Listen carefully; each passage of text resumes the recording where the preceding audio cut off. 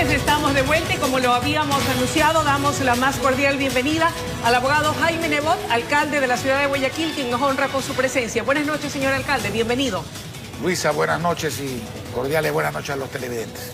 Alcalde, el sí, de acuerdo al conteo rápido que realiza el Consejo Nacional Electoral, triunfa en las 7 preguntas de la consulta popular. ¿Cómo interpretar esta votación que es la expresión democrática y soberana del pueblo? Exactamente así. El primer triunfo del pueblo ecuatoriano es poder decidir parte importante de su futuro en forma directa, sin intermediarios. Esa es la diferencia entre una consulta popular como esta y una asamblea constituyente donde usted elige asambleístas que no siempre hacen lo que quiere el pueblo. Hay veces hacen lo que le da la gana. Aquí no. Aquí de la pregunta 1 a la 5, una vez que se publique oficialmente el resultado de la consulta, automáticamente la voluntad popular a través de las respuestas y los anexos quedan convertidas en normas obligatorias en la República. Y respecto a la pregunta 6 y a la 7, el presidente tendrá, en las 6 sobre todo, 15 días para mandar su proyecto de derogatoria de la ley de plusvalía, más los complementos necesarios, y la Asamblea 30 días para resolver. Lo importante es destacar que el 67-83% en promedio de las 7 preguntas donde el sí ha triunfado, da un promedio de 67-83%, es superior inclusive al 63% con que fue aprobada la Constitución de Montecristi el año 2008, que entonces se destacó como una avalancha de votos. Quiere decir que le da más validez y más consistencia entonces a este pronunciamiento. Lo otro es respetar la voluntad popular. La gente que votó por el no tiene varios motivos para votar por el no. Hay uno que jamás ha esgrimido: dañar al Ecuador. Nadie vota para dañar a su país. Por lo tanto hay que respetar. Ahora, triunfó el sí, ampliamente, más de 2-1, con la visión que tenemos aquellos que queremos hacer bien al Ecuador, que queremos libertad, democracia, sanción a la corrupción, pero sobre todo calidad de vida mejor, empleo, progreso en libertad para los ecuatorianos y especialmente para los pobres y la clase media. Abogado Nebot, ese sí, esa victoria, usted ha dicho, es la victoria del país y aquí no hay que personalizarlo. Pero cuando hay un ganador, también hay un perdedor.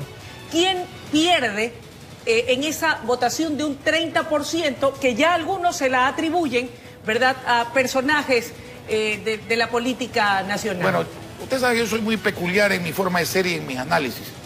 Pierde, aquí no pierde nadie. Aquí no pierde nadie. Los que creen que han ganado como personas y partidos están tan equivocados como el que cree que habiendo perdido también ha ganado porque le pertenece el no. No. ¿Esa votación del 30% no pertenece a los que promovieron la campaña por el no? No, ni la del 67-83% pertenece a los que promovimos la campaña por el sí. Y déjeme decirle por qué. Porque en un análisis entran muchos factores. El político entra. El político entra, no es el mayoritario. ¿Cuál es el político? La simpatía hacia un candidato, hacia una persona, el odio hacia otra persona. Pero el que me importismo también entra, y gente no le interesa lo que debería interesarle por X motivos, especialmente cuando se va alejando el tema de los centros urbanos. Pero la mayoría de la gente, con más información, con menos información, con más intuición, con menos intuición, con más interés o menos interés, pero con interés, responde a lo que se le ha planteado. Y por eso vea usted la diferencia entre las votaciones de las distintas preguntas. Hay preguntas de respuestas más obvias, ¿no es cierto? Usted está de acuerdo con que los condenados en sentencia por corrupción ya no vuelvan a la función pública. O la muerte civil. Difícil decir que no a eso, hay que decir que sí. ¿Está usted de acuerdo que a un violador de niños se lo pueda enjuiciar sin perjuicio al tiempo transcurrido? Difícil decir que sí. Hay preguntas más complicadas, más ideológicas, que demandan una mayor comprensión o que tienen distintas visiones.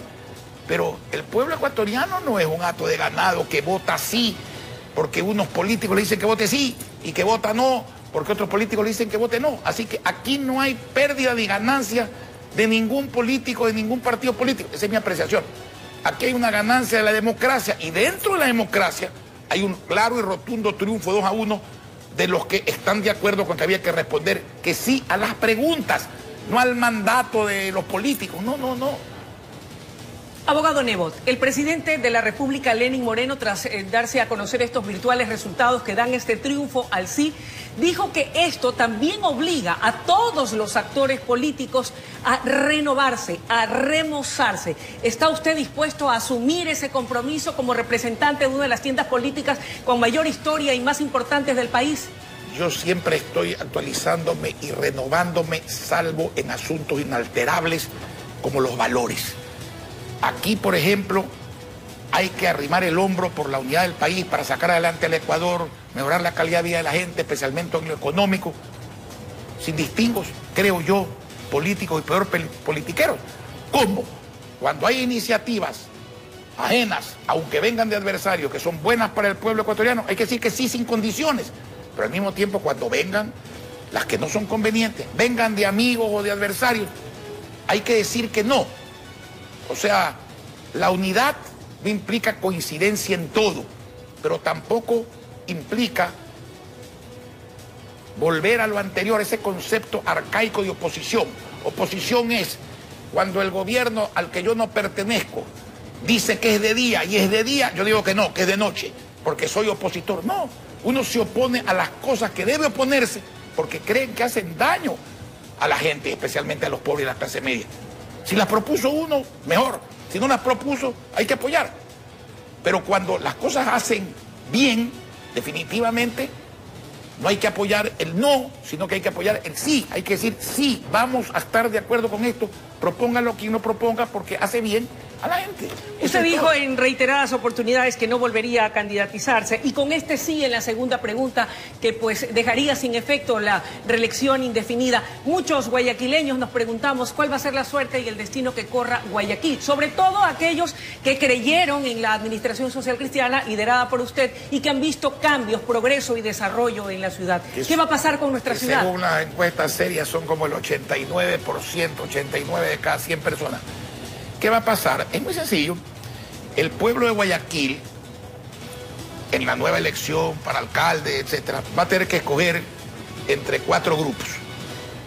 Un grupo que destruyó a Guayaquil, otro grupo que no sabe nada de Guayaquil salvo querer ser alcalde, que si usted lo pone en el Guasmo no saben dónde queda la 25 de julio y cómo regresar al centro de la ciudad, y peor cómo ir a Trinitaria, porque por ahí han ido de vez en cuando en campaña y no han vuelto más.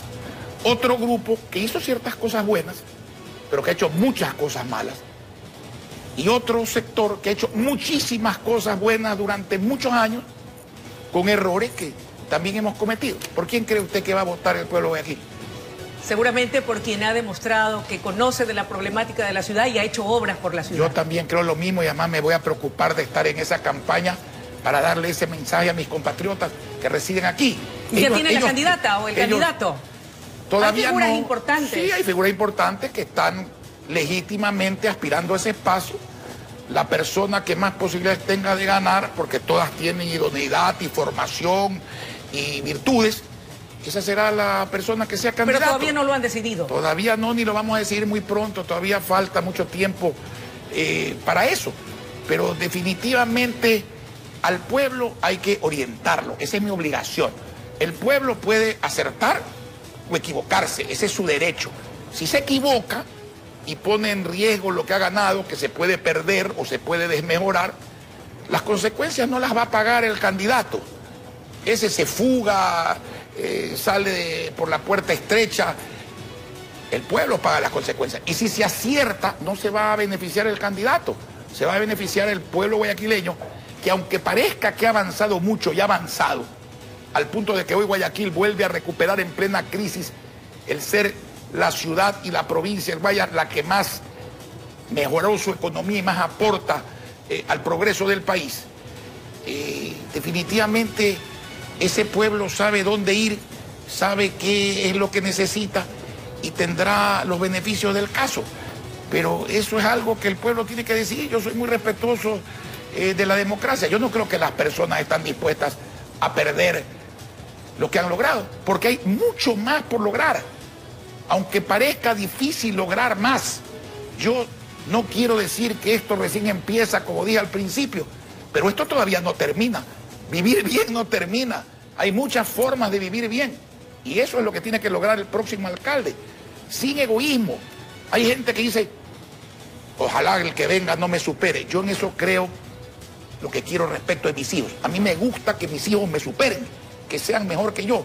Y yo tengo una familia chica que es la mía propia y una familia grande que son los habitantes de Guayaquil. Y yo quiero para esa familia que la persona que venga sea mejor que yo porque les hará más bien del que les hice yo. Que cumplí con esa promesa que hice cuando dije voy a hacer por Guayaquil lo que quise hacer en su momento por el Ecuador. Y modestia aparte, he cumplido con creces. ¿Y por qué no hacerlo por el Ecuador? Alguien me preguntaba por allí, pregúntale a Jaime Nebot qué va a ser el 2021, si se animaría o no a correr por la carrera presidencial. Va a ser como la quinta vez en esta noche que voy a responder esa pregunta y voy a decir lo mismo porque no tengo otra respuesta. Mire, la gente sabe que sin perjuicio de que haya triunfado el sí, aunque hubiese triunfado el no en esa pregunta, yo no iba a ser candidato de nuevo. No es necesario.